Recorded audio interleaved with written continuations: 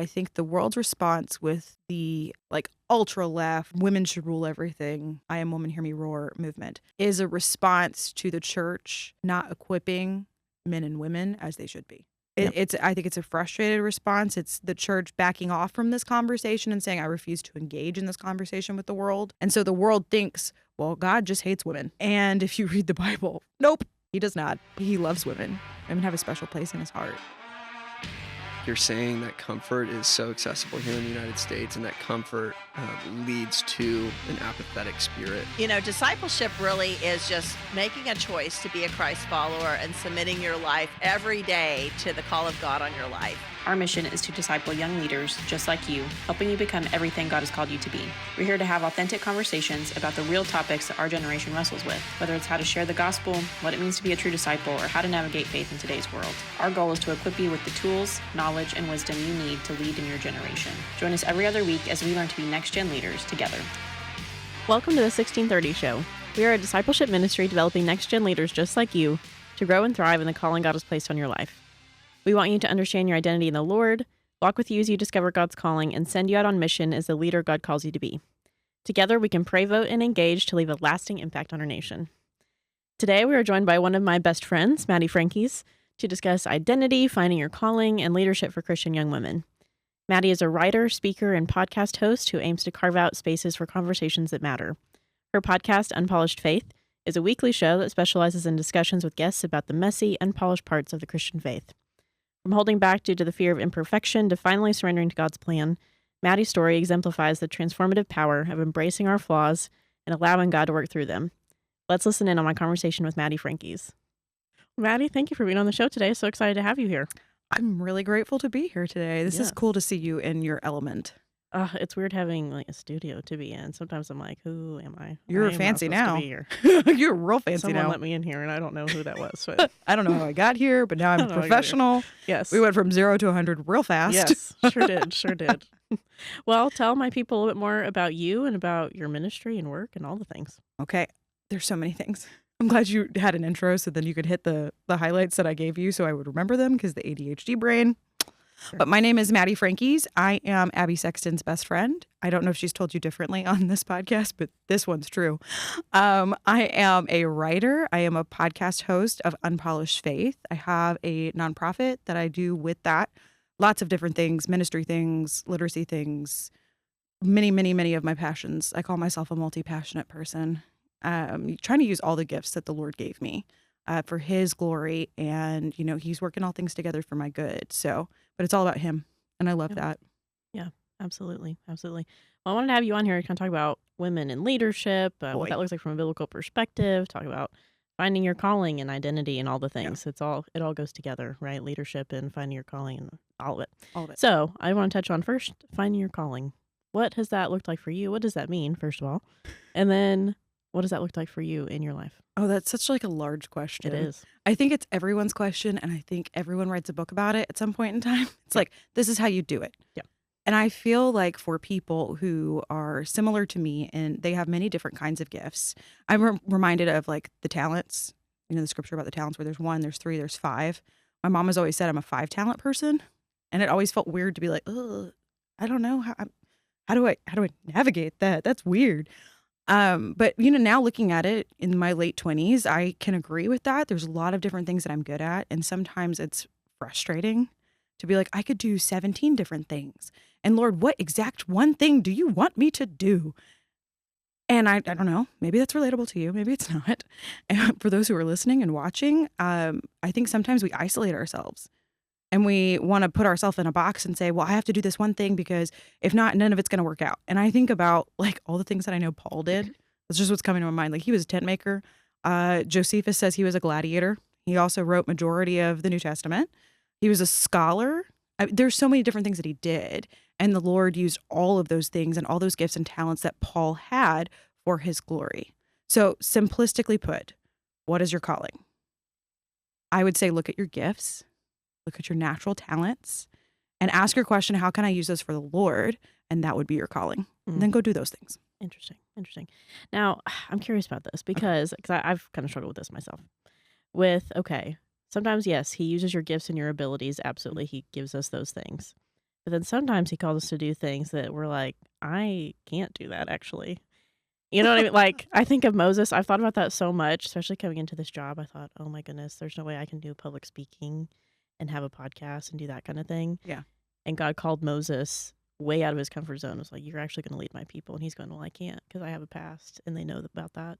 Mm-hmm. And I can't speak in front of people. That's not me. Yeah. No All thanks. these things. Now, granted, he let Aaron be the one to speak, Mm-hmm.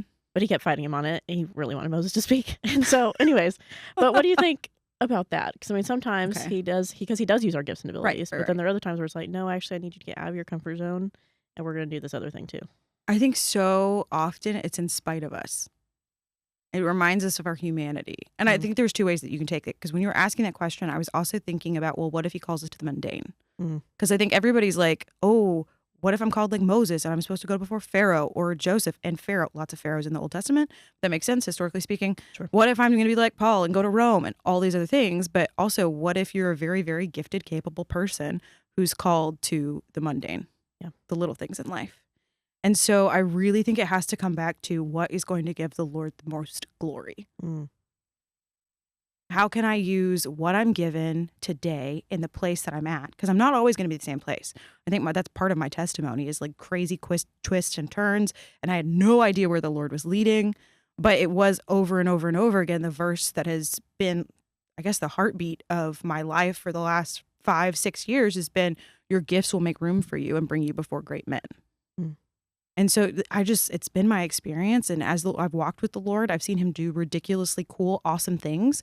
And at the same time, I'm like in this season of hiding right now, which is really hard. When you come from like the peak and you're like, oh, I've done all these things and I've gone. And it's like, oh, amazing. Let's keep going. And then the Lord's like, okay, pulling you back. Gonna put you behind the curtain. Like, are we not only like emotionally, mentally ready for that, but are we spiritually ready for that? Because there's a hiding place that he takes us to, because it's not always just this like straight upward trajectory. It's peaks and valleys. And that's really like, again, where unpolished comes from. Unpolished faith is because a lot of it's messy. A lot of it's sometimes confusing. Sometimes it's frustrating. And we don't say those things out loud, but everyone feels this way. So if you're listening to this and you're like, oh my gosh, this is relatable. No, you're not alone. Because yes, sometimes it's, I don't know what to do. I'm overwhelmed. I can't go speak to Pharaoh, or I feel like I have so much inside of me and it's not being used how I think it should be used. I think that's a very relatable experience for someone who's walking with the Lord. Especially it's not being used how I think it should be. That's such a problem. Yeah. Isn't that just our humanity though? Yeah. Right? Like, absolutely. okay. It really is. It's like, I think this is not what I would do, actually. Actually, excuse me, Lord. I think I could do a better job. Yeah. So Yeah. I want to sit in the driver's seat for a little bit. And it never works It out. never works out. I can tell you from my own personal experience, that's how you burn up the fastest, is Yeah. saying, oh, I think I know better than sovereign God of the universe who holds the planets in alignment. Yep. Absolutely. Absolutely. So I want to touch on identity too. Mm. Because identity is so connected to finding your calling in the first place. Right. You can't understand, if you don't understand who you are, you can't figure out your gifts and abilities, and you can't go out and live out your calling. Right. And so what does that journey kind of look like for you? Have you ever struggled with your identity? Because as you were talking about, like, your feelings, right, they change. They do. And like right now you're in a season more of being in hiding, right? Yes. And so maybe your feelings fluctuate within that. Yes. And how is this, with my calling right now? But I'm called to do all these big things, but I'm in hiding. I mean, Yes. You get what I'm saying? Yeah. All of this is relatable. Like, let's just really out what I'm going through right now. Okay, I want to go back before that, because I think the question we have to answer first before we can even get to identity is, whose am I? Because, okay, I'm a crafter. So I'm going to tell us a little bit of a story before we get into this. As a crafter, I work with my hands a lot, right? I build things, I make things. I, the maker of that thing, get to determine what it looks like and what it does. It's the same principle with sovereign God of the universe. He is our maker. He is our creator. Therefore, he determines the purpose for us. So before we could even get into like, okay, well, what are my gifts? What do I want to do with my life? I don't know. We have to address that first all-important question with eternal ramifications. Whose am I? And so that was like a big struggle for me too. Growing up in the church, it's like, I do this churchy thing and I'm a good person. Yeah, my parents love Jesus. And then wrestling with all of that and trying to figure out who I am outside of Jesus. If you don't lay the foundation first, which is Christ the cornerstone, everything else in your life is built on sand. So that was a very big transformational question for me, was asking whose I am. And then after that, we're getting into like the whole calling aspect of that and the identity. Because I think it's like, oh, great, we answered that question. Now it's going to be easy. No, I wish it. No, I wish it was. I wish it's like once I become a believer and Jesus and I are together and we're doing this life thing, it was easy. But quite literally, he told us, in this life, you will have tribulation. But take heart, I've overcome the world. And I'm really grateful he told us that in the beginning, because it's not like, hey, you bamboozled me. You sprung this on me. I thought the Christian walk was going to be like a cakewalk. It's not. And so part of that is like wrestling with our flesh, right? Our flesh desires for our own glory, for our own justification, for us to do our own stuff ourselves for us. It's a wrestling with that, to look at those gifts and say, actually, Lord, use the gifts that you've given me, not for me, but for you. So constantly being like, Lord, this is for your glory. I have to lay this down before your feet. All of this is for you. Everything I'm doing. And it's not for you, it's with you. That's a key distinctive too, I think. It's easy to get caught up in the trap, especially in ministry, of doing things for Jesus and forgetting that it's about doing things with Jesus. And so much of that can wrap up in your identity. Like, my ministry becomes my identity. My schooling becomes my identity. My job becomes my identity. Me as a mom, I'm not a mom, but I know many moms who are like, my kids are my identity, and what do I do? And then they go into this crisis after they leave the house. It's all messy sometimes. And we can't justify who we are by what we do and what we accomplish, because then our identity can be easily taken away from us. It has to rest in something greater, something bigger, something eternal. So turning to scripture and saying, who does Christ say I am? Who does he say I am? I'm chosen. I am loved. I'm beloved. It's a big word. Beloved is way better than loved. Like apple of his eye. And I didn't earn that at all. I could do nothing for it. So then that frees me up to love him and want to pour myself out for him, because man, I have been redeemed and forgiven of so much. I am loved beyond thought or measure. Absolutely. That's huge. Did I answer your question? You absolutely did. Okay, I was like, I'm going to wax poetic here for a second. No, you did. I know. Identity can be so difficult. I mean, just as we talked about, like, our feelings are fleeting and they change, and it can, even when you know that your identity is in the Lord, like, you know that, it can still just be like, man, I don't feel it right now. Oh, and feelings change. Feelings change. Oh my goodness. I don't know. Like, if I could bash that into my own head, feelings change, feelings change, feelings change. It has to be in something more. It has to be in something concrete, because you will change. Your feelings will change. Your ideas will change. I mean, your gifts could even change. You get really good at something that you didn't know about overnight. And if you built your life upon your accomplishments, your gifts, and what you're doing, right. You've not built I know. it on a strong And you foundation. and I are definitely achievers, right? It's like, well, but I have all these things I have to accomplish. And so just like you talked about, it's so easy to do it for Jesus and not walk with him. That's really, really easy. And to it becomes do. a checklist too, right? It does. Of like things I need to do for the Lord. It's like, okay, I got up, I did my quiet time, check, I'm awesome. I got up and I accomplished this other thing, check, I'm awesome. And it's like checklists for Jesus, and Jesus never asked us to make checklists for him. Right. And he doesn't want us to do things in our own power Nope. either. He doesn't want us to do that, because we won't accomplish everything that he's called us We've to. talked about this. Think about Mary and Martha. Mm. There's a reason why it's there, and it's a reason why he tells the story. And he literally says, Martha, Mary has chosen the better portion, which was sitting at his feet. Also, crazy cool thing about Jesus, when we're talking about women in leadership, the position of at the master's feet was reserved for like men who were disciples and were learning, like scholars and things like that during that time period. So for a woman to sit at a prophet's feet, that's just like crazy and unheard of. Jesus has a special spot for women. And it's clearly like, he acknowledged it even, was like, Mary has chosen the better portion. And I can be so much like Martha and wrapped up in like, I got to do all these things. And then it's so funny, because it's also documented too that she gets mad because somebody else is choosing the better portion. Why aren't you helping me with the kids in the ministry? Why aren't you sending these emails? We have to do things for Jesus. No. Yep. Absolutely. Choose the better portion. Yes. I struggle with that too, wanting to, because sometimes I think like, okay, well, once I get all of these things done, then I can sit in presence with Jesus.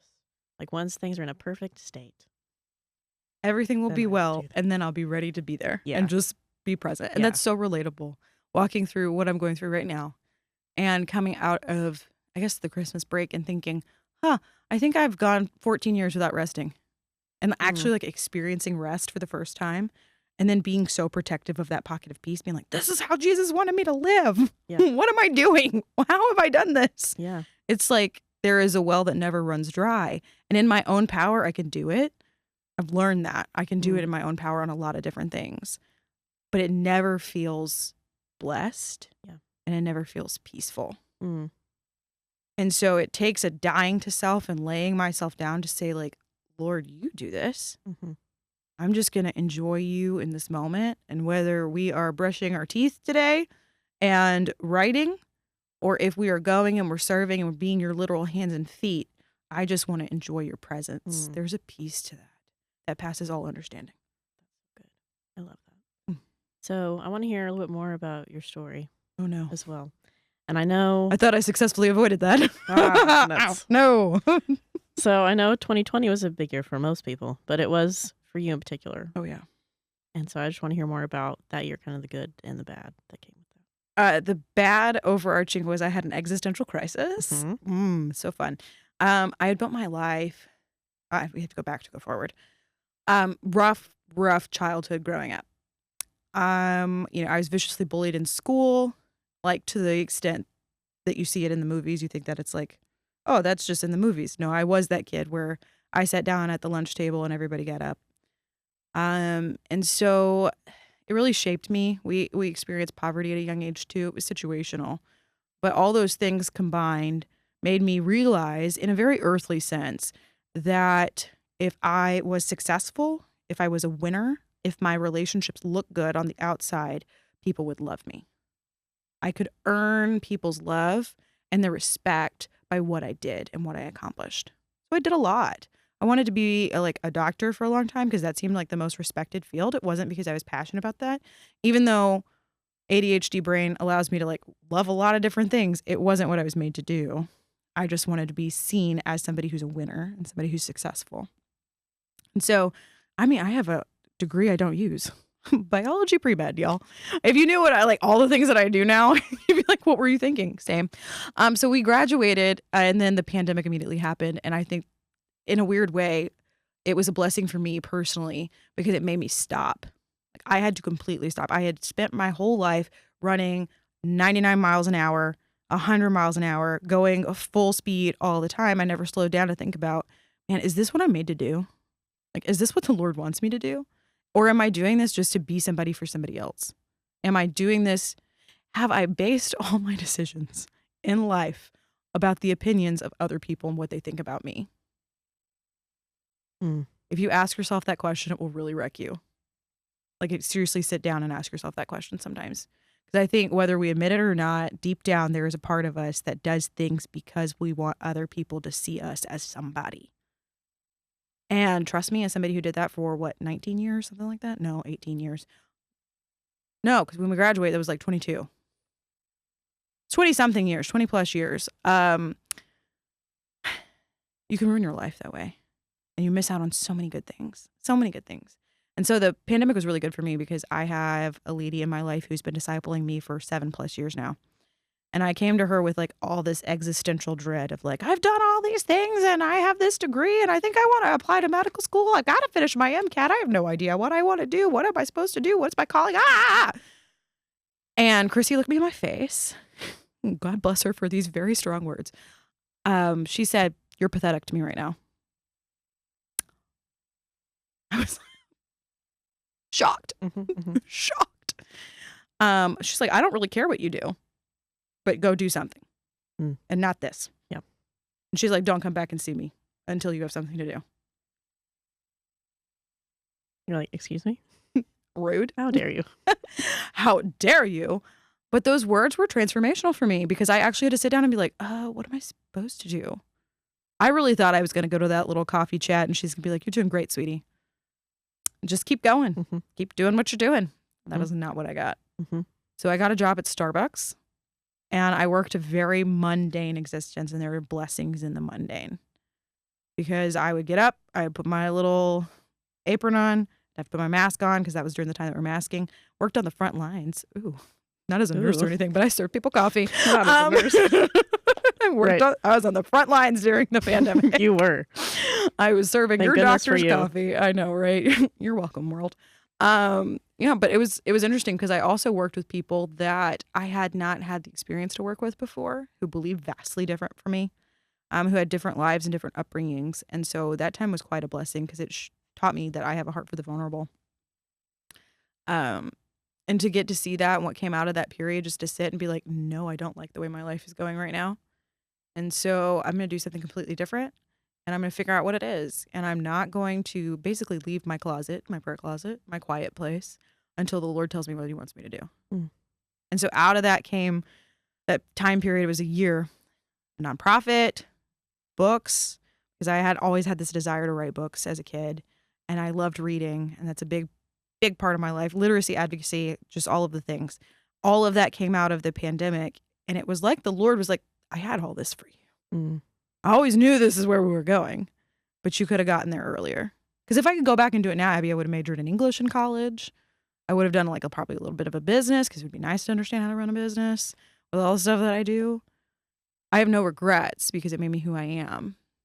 But I, at times, wonder, what did I miss out? What were those blessings that I'll get to in heaven and see before the Lord say, I had all this for you? And if you had just slowed down and sat at my feet, man, you could have had it earlier. You could have had something else. And I don't want for listeners to miss that. So if you feel like in this moment, you're like, oh my gosh, that's me. Rest, slow down, take time to listen, and don't leave the quiet place until you hear from the Lord. It's good. And it sounds like you've had obviously a lot of people pour into you. Yes. Right. And so I Yes. definitely want to touch on the discipleship aspect because that's everything that we are at 1630 is being a discipleship ministry first and foremost, learning how to be disciples and make disciples. So obviously that's had a huge impact on your life from Obviously. your parents to Yep. Chrissy and Yep. lots of other people too. And so can you kind of talk a little bit more about discipleship and kind of its significance in your life and how you would recommend to some of our young people, here's how you can find someone to disciple you. Here's how you can pour into other people, that kind of thing. Okay, so my mom always says this, and she says, she's so funny. She's like, I'm not creative. This came from somebody else, but quote me when you say it. I'm like, okay, so it's Karen's brain, but I'm sure Karen it came from Frankie's. somebody else. She says, show me your top 5 friends, and I'll show you exactly who you'll be in 5 years. And so that's really like, oh my goodness, that shaped me as a kid. I always was really, I paid attention to who was speaking into my life. And it's so funny because now, even on Unpolished Faith on the podcast, we're walking to a season talking about building community. And we're talking about the dining room table, who's sitting around your table, who's speaking into your life. And you're not going to have like one person only that speaks into your life, right? Because one person can't really necessarily speak into all the aspects of your life, like the financial things and the spiritual things and the mental and the emotional things. Like you need a tribe. You need a community. And that will shape you because other people can see what you can't. I don't know about That's you. good. Yeah. But I am not as perceptive about myself as I am about other people. I can call you out and be like, Abby, no, don't do that. You should do this. But when it comes to me, I'm like super, super not objective at all whatsoever. And so that's why it's important to have a conglomerate of voices who can look at you, look at what you're doing, look at the trajectory of your life and say, is this the path that you want to go on? Is this where you want to go? Are these the way you want to use these gifts? Are you bringing the most glory to the Lord? Is this sin that I see in your life? Is this something you want to live with? Because it will lead to death. Those people who will ask you the hard questions, who will tell you hard truths, those are your people. Because anybody can tickle your ear. Anybody can tell you things that you love. And we love those people because they're good and they're kind and it's fun. It's like, oh, I'm great. But the people that tell you hard truths, those are your people. Yeah, absolutely. And I know with discipleship, like you said, it can be so difficult to have to hear the truth sometimes, and all that. And like you said, people see things in ourselves that we don't always see. So I feel like people have spoken over you for a long time that you are a leader. Did you see that in yourself? Do you see it now? Great question. Learning. It's so funny because I look back on my childhood and it was like, who did I hang out with? It was the adults. Same. It was like 40-year-old friends, not like in a weird way because I know we live in a time where it's like you can't have 40-year-old friends if you're under 18, But I mean, genuinely, it was my teachers, it was Sunday school, and they would put me in charge of things. They'd be like, Maddie can handle it. Yep. I'm 7. Yep. Oh, Same. yeah, let Maddie handle this. She can run the class. Any firstborns out there? I think this is a trend for us. This is a trend. So I think leadership has been called up and called out in my life since a very young age. It's something that you have to take the reins of, though, because it's a little intimidating. Much like Moses, kind of like you talked about earlier. It's like, oh, you want me to go and do that and speak? And then I also have this hang up because I was raised in I don't want to call it a tradition because it wasn't the entire church, but there were specific people that were speaking in my life that was like, well, you're a woman. So know your place. Wait till you get married. That's your purpose. Your only purpose in life is to get married and have babies. It's a great purpose. And God literally designed us. We are the only ones that can do that. Women, we are the only ones capable of having babies. But we also have other gifts and talents. And it's like, I'm not just living for marriage, because if I'm living just for marriage, then I'm not living for Jesus anymore. I've made an idol of a husband, which I think transparently we all do. All of us who want to be married and be a mom and have kids, and we do that because a lot of the conversation in the church around women is get married, have babies. That's it. And so I'm lucky and blessed to have had people in my life who are like, you have gifts and you have talents that the Lord wants to use in your singleness. Look at Paul. Paul was single and he was running hard after Jesus. You know, I even think it was a question that kind of got resolved for me in the podcast last season with Pastor Kenny Chin, who is my pastor in North Carolina. I literally had the conversation about what's the purpose of a woman and what is the purpose of a woman in a church, because I needed to have that answered. And it's so interesting to see all the DMs that I got after the fact to be like, oh, we need each other, men and women working together. It's not just in the confines of marriage, but working in ministry together, working in nonprofits, working in the secular space, all of the different things for the glory of the Lord. That's how God designed it, was men and women working together, because we are complementary in our traits and actions. Right, and we were both given dominion too in Genesis. Yes. Yeah, absolutely. So didn't mean to get controversial there. So I know it's a touchy topic. It's so touchy. It's like, oh, be careful. Yes. Be so careful. Yes, share with us a little more about what Pastor Kenny said with women in leadership. Kind of what are your thoughts on that? But from a biblical perspective, because it is a touchy subject. It's so touchy. And I think the first thing a lot of people think of is like submission, which submission is very biblical. Yes, and you but should do it when you're married. Outside of covenant leads to abuse. Exactly. So like I'm always really submit to careful. their Women do not submit to every man in Nope. your life. That is not your place. Nope. If they tell you, run far, run fast. Yep. So no, not every man should you submit to. God designed authority and structures of authority. It's laid out in Ephesians for us. Yes. Because he loves us. Boundaries and guardrails are good for us. And so I look at that and I read those things and I know, I'm like, okay, God loves me and he gives me boundaries. And so within the confines of marriage, there is submission. And this is what that submission looks like. And it's laid out really plainly because God loves us and he tells us in plain And language it's a good what it should thing. look like. It's not a And he bad also thing at calls all. it a good thing. Yep. Does that answer your question? It does. Okay. But in regards, I think, just to women in leadership in general, Oh boy. what would that look like from a biblical perspective? I'm not gonna give hot takes because Don't get too feministy. That's not what this is. I'm not gonna give hot takes. Well, because I don't define myself as a feminist anymore, which is like a real hot take. Yeah. I told somebody the other day that I'm an equalist, and they were like, "What does that mean?" I'm like, "I'm a complementary equalist. Make that make sense." And then I'm just like, "I believe what the Bible says." So there you go. That solved the problem. Biblical leadership for women is really complicated, I think, sometimes because we complicate it with our emotions and we complicate it with our feelings, and we're like, but I feel like I should do this. I'm like, if the Bible tells you it's true, it's true. Anything outside that is conjecture. So it was really good to sit and listen to Pastor Kenny in that episode. I don't know if you can link that here, but that would be helpful to people because he just laid it out. He was like, it's under the confines of marriage. There is submission, there's covenant, there is protection along with marriage. And then within the church, you have under shepherds and shepherds, males who are charged to lead the church. And in his church, it works, similarly to the church that I'm in now, where he allows women to lead and take charge in areas, but he's the shepherd.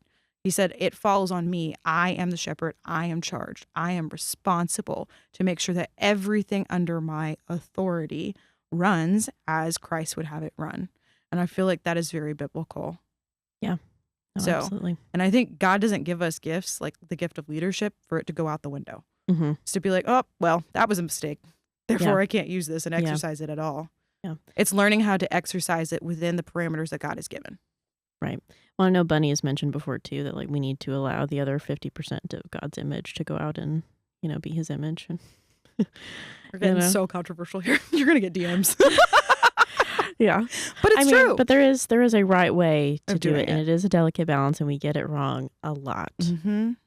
I also think, for the sake of just really helping you get some DMs here, I also think the world's response with the leftist feminist movement, like ultra left, women should rule everything, I am woman, hear me roar movement, is a response to the church not equipping men and women as they should be. Yeah. I think it's a frustrated response. It's the church backing off from this conversation and saying, I refuse to engage in this conversation with the world. And so the world thinks, well, God just hates women. And if you read the Bible, nope, he does not. He loves women. Women have a special place in his heart. Even down, like I go back to Mary and Martha and how Mary is allowed even to sit at Jesus's feet. Jesus approached the woman at the well. She was the first missionary, friends. She went and told people about Jesus. That she, also, he revealed himself as the Messiah to her first. Yep. I am he. Mm-hmm. That's a really cool thing. It is. And that woman was not perfect. She had multiple husbands, was living in a not great situation. And Jesus was like, you're the one I want to use. Yeah. To go tell first. Right. I think it's interesting, too, that he sent away his disciples. Because I think one, she was a Samaritan woman. Two, she's a woman. There's the stigma and judgment that they couldn't have had the conversation that they had other people been present. Mm-hmm. And so even for me, I think I don't want to be the disciples in that situation where I have to be sent away so Jesus can do what he needs to do and say what he needs to say and have the conversation that he needs to have. I want to be a willing vessel to be able to sit in that conversation and be his hands and feet. Yep. Absolutely. Yeah, doing it in a healthy way is not something that is easy to navigate sometimes. No. There's so many different opinions. And it's something I'm still wrestling with. Yes, I am too. And then also kind of going off of that, like we talked about, I mean, the main goal, which, okay, granted, with marriage and children, I think the main thing that most women really want is to be married and have children. Like that is just an innate. Oh, yeah. We all have it. It's a We all want natural desire. I It's a also want to natural desire. caveat it, though, because there might be people who are listening who are like, I am called to singleness. Sure. There's nothing wrong with Nothing you. wrong with that. I want to say that Yep. from the jump. There is literally nothing wrong with you. God will use that, and there is a special purpose for that. Absolutely. And it's okay if you don't get married at 20. Oh my gosh. 22. It's okay if you don't get married at 25. It's okay if you don't get married at 30. There is not a timeline for the purpose of God in your life. Right. God has that timeline. Right. Yes. It also says in 2 Samuel that David did everything that God had appointed for him to do, and then he died. Mm. So you're going to do everything God has appointed for you to do. And then you'll die. Yep. And I know that sounds like real harsh. Like, oh, one day I'm going to die. I actually look at that as a very encouraging thing. It's like, I'm going to do everything that the Lord has appointed for me to do. I can't add one jot or tittle to my life. I can't do anything to make it any better or make it any worse. So I can just sit right here. Actually, I can make it worse. Trust me, I have done it. It's better if you just sit and you let the Lord do his thing because he's sovereign over all. Yeah, absolutely. So what does that kind of look like for you? Because you and I have had a lot of conversations since we're so close about being single. And Why do you want to go here? I know, but it's so important because I think so many people are in this boat. And so many people understand. I'm thinking about what this episode is going to be called. It's just going to be like, hey, Yeah. random conversation with Maddie about all the things. It all goes together. I see all- the pattern here. Okay. As You- long as you do. Okay. All right. I'll And speak on it. so it's a relevant topic. And so, I mean, but being a leader and being single, I feel like that's a really hard thing because, again, like we're called to, I think most people are called to marriage, like we just said. But what do you do in the meantime if you're not married yet? How do you thrive in that singleness and leadership space before that happens? Okay. Okay. Look at me adjusting my body language now because I'm like getting heated over here. So I will share a story with you. I had a person actually reach out to me and tell me, how dare you speak? You have no husband. Excuse me. First of all, I'm not speaking to men because it's not my job as a woman to speak Sure. to men. I'm speaking to women. Yeah. But it's like I didn't have any value because I'm not tied to somebody, even to speak to women. And that's just like this extra biblical thing that has happened, and I don't understand it. And I'm like, where is this coming from? And I know that there's a lot of single ladies that are in their late 20s to early 30s that are probably very frustrated, number one, with the dating scene, because dating in 2024 is rough, but also is just frustrated because they're like, oh, is my purpose tied to only marriage? Like, do I have no purpose outside of one day getting married to maybe someone that is decent? Because finding somebody is real hard in 2024. I know the same thing for men too. Is they're like, oh, it's real rough. My guy friends are like, it's rough. So we should just, side note, get all the good ones together in a room and be like, date someone in this room. We've evaluated you. Okay, we've talked about that, and I think that's a good idea. Add that to your list of things to do. Yeah. Okay. Good. Thank you. So speaking of women who are currently single, who are like, what am I supposed to do? I have all these gifts. I have these things. I have a desire to be married. I just, from my own personal experience and from watching other Christians live life and do their thing, it seems that the best relationships are the ones where they were living on mission already. And so I think we try to skip to the mate part before we get to master and mission. Yeah. And I think if you don't lay down those first two things, you get to the third one too soon. And then you're frustrated because the Lord starts pulling things out of you, and you're in this, and you've made a covenant with somebody. Why is the divorce rate as high as it is? But you've made a covenant with someone, and you didn't know who you were before you got married. I think that's a scary thing. And I have always been advised by the people that speak into my life, be running so hard after Jesus and what he has called you to do, that when he tells you look to your right, there will be somebody running just as hard as you. That's your person. And I still think that advice is good advice, that it's biblical advice. Because think about, you go all the way back to Genesis 1-3. God brought him a mate that was suitable for him. I am suitable for someone. I'm made just right for them with all my gifts, all my talents, all the things that I love, my quirks, all of it together. And I'm like in the process, and this has nothing to do with the Bible, so y'all are going to laugh. I'm in the process of rewatching How I Met Your Mother. And I watched this episode the other day where Ted said, do we really just want to settle for someone that tolerates our quirks?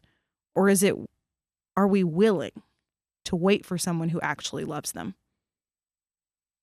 And I don't know about you, but I want to wait for that someone who's like, that's my person. She is running after Jesus. We are similarly gifted. Our missions are better because that's the whole point. God puts two people together to make things better, to take dominion, to make things beautiful. And if I can't do that with the person that I'm like thinking about dating, he's not for me. That's so good. Yeah, being missionally aligned is extremely important, but you can't be missionally aligned if you don't even know what your mission is. So important. And the thing, 20-year-old Maddie knew nothing. 27-year-old Maddie still knows nothing. Can But I she just knows, say, I'm so glad I didn't get married at 22. oh my gosh, I would be in so much trouble. I would be so miserable. Now, there are people, my sister got married at 24. There are people who like, they know who they are and they're doing their thing and they got it. I just like, it's to each their own, and it's a different experience for everybody. And that's why I hate this cookie cutter approach in the church where it's like, get married in your early 20s and then have babies by this time. Because you set people who are not ready on a path that is going to be harmful to them in the long run. Because if you're not ready, you're not ready, and that's okay. Yep, absolutely. I know. Lots of mixed messages. That might be like the first time somebody's heard that. Have you thought about that? That's true. Like, because we put so much pressure on this whole dating thing. I'm like, man, that is not even like a majority of the Bible. Like at all. It's like this small little sliver of it. And think about in the grand scape of eternity, like it's not going to matter in eternity. Yeah. That's something that my sister has started to say to me. She goes, is it going to matter in eternity? Well, then it probably doesn't matter. Yes. Although it is hard to be fruitful and multiply if you are not married. That is what, don't do that. Don't do that. God has laid out boundaries and guardrails, okay? Yep. But also, okay, go with me here. Let's get a little philosophical. You can be fruitful and multiply other things. Discipleship, like discipling others, fulfills that need for parenting. If you have a desire to be a parent, and I really believe that the desire will be fulfilled, God, it's the prayer that I've started to pray is, Lord, if this is not for me, take away that desire. Because he's a good and loving Father. And every good and perfect gift comes from above. It comes from him. So if this desire is not for me, I need you to take it away. And he hasn't. So I have to cling to the truth that God is going to fulfill that desire one day. But in the process, I've asked him, I'm like, Lord, will you start fulfilling this desire in me even now in the process and train me for whenever it's mine to hold. So that has been done through the discipleship and getting to pour into the next generation. So if you have like this deep desire for parenting, I tell you that is a desire for discipleship, which is why I love what you all are doing here at 1630. You're like seeking to meet that desire. And it gives us an opportunity not to be like, practice, kid. It matters because it's spiritual, but to practice what we will one day do. Yeah, absolutely. I know. I definitely felt that on the DC trip last summer. I know, they called you Mama Abby. I know. I had a few of them calling me that. Yeah. And it was 26 young people, some of them older than me, some of them married with children. But I still felt like their mother for a few days. Whether they called me that or not, I still felt like their mom. And so, yeah, I mean, that I felt so fulfilled on that trip because of that, because I got to shepherd and disciple those kids and what they were doing and the cool things that they were getting to experience and learn, and hopefully send them home, getting to put those things into practice and be those leaders that I know God has called them to be. Isn't it so crazy cool how God fulfills our desires even in the now and not yet? Yeah. Like if we really truly allow him those desires that we have, he fulfills. Yep. And it's really super easy, and it's a happy, shiny Christian thing to be like, love Jesus more, and you're going to feel great all the time. We are human beings. Yep, it's more complicated. And it's way more complicated than that. But I can tell you in my own personal life that it is, that's why he tells us to die daily. Pick up your cross and die daily. Because there are desires of our flesh that we have to crucify. There are good, godly desires that we have, things that we want so desperately bad. And we're like, God, why? And it's a wait. And it's so frustrating. But we have a good Father who loves us.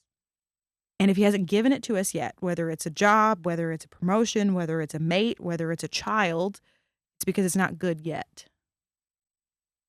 And we have to trust him for that. And I think that is the tension, the messy part is the waiting, because it's when we really, really have to die to self.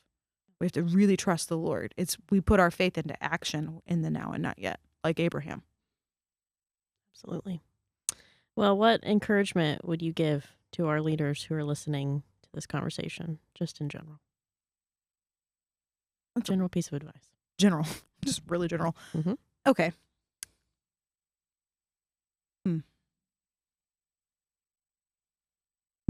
Seek first the kingdom of God, and all these things will be added unto you.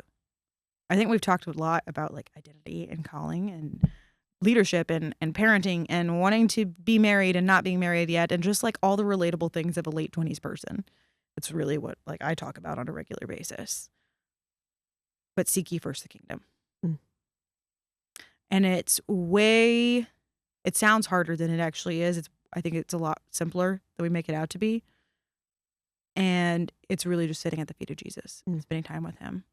And there are days where I get up and I just don't want to read my Bible. I am so frustrated with everything going on. And it becomes like about checking boxes, like we talked about earlier, and about this like legalistic way of doing life.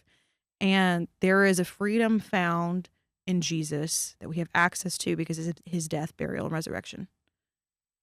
And it's way simpler. It's just sitting at his feet and learning from him and walking with him. And sometimes it's like, yeah, I'm screaming in my car and slamming my hands on the wheel because I just don't get it. But he's big enough to hold all of it for us. The book of Job shows us that he is way bigger than we can think, we can ask, we can imagine. And at the end of it, Job got full sight of God. And he said, I'm undone. And all that other stuff passes away. So the things that we think really, really matter and are really complicated and like, oh my gosh, my job and money and all of these other things, the sovereign Lord of the universe can handle it. He's big enough to hold all of those things and you in the palm of his hand. Amen. Amen. I know that spoke to somebody. I love that. Okay, That's good.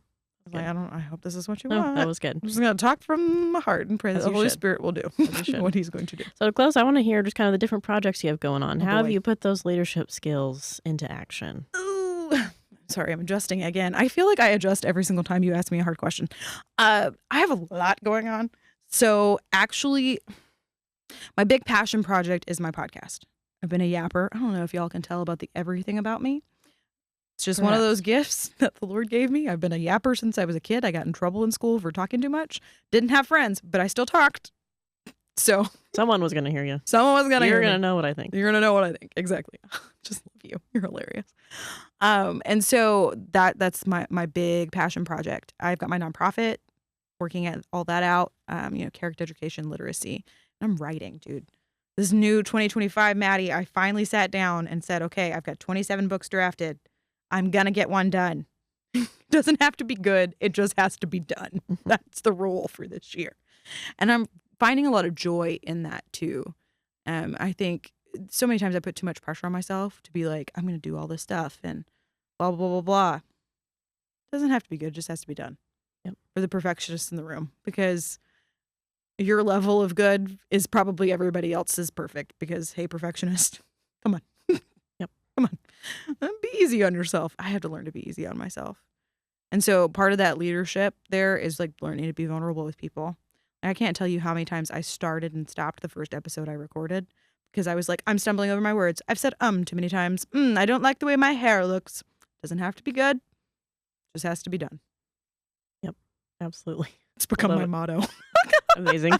I love it. Well, Maddie, I'm glad you got to be here with me and chat about This was fun. your life and all the fun things. I really hope this was useful for someone. I'm sure it was. People need the real and authentic stories, you know? Hey, and if that's you and you're like, I like the real. Yep. Come join us on Unpolished Faith. It's real every week. Yep. Absolutely. Okay. Mhm. Well, thanks, Maddie. Appreciate you being here. Thanks for having me. Thank you so much for joining us today as we discuss with Madi Franquiz how Christian young women can live as leaders. And thank you for letting us be part of your life as you become all that God has called you to be. Be sure to like, subscribe, download our episodes, share them with a friend. You can follow us on social media at CE_1630 to see what we're up to. And check out our website, ce1630.org, to learn more about our programs, including our Washington, D.C. trip, free classes, and more. 1630 is an initiative of Christians Engaged, a ministry of Family Policy Alliance Foundation. Please consider supporting the ministry at ce1630.org or christiansengaged.org. Your support empowers this work. We'll see you next time.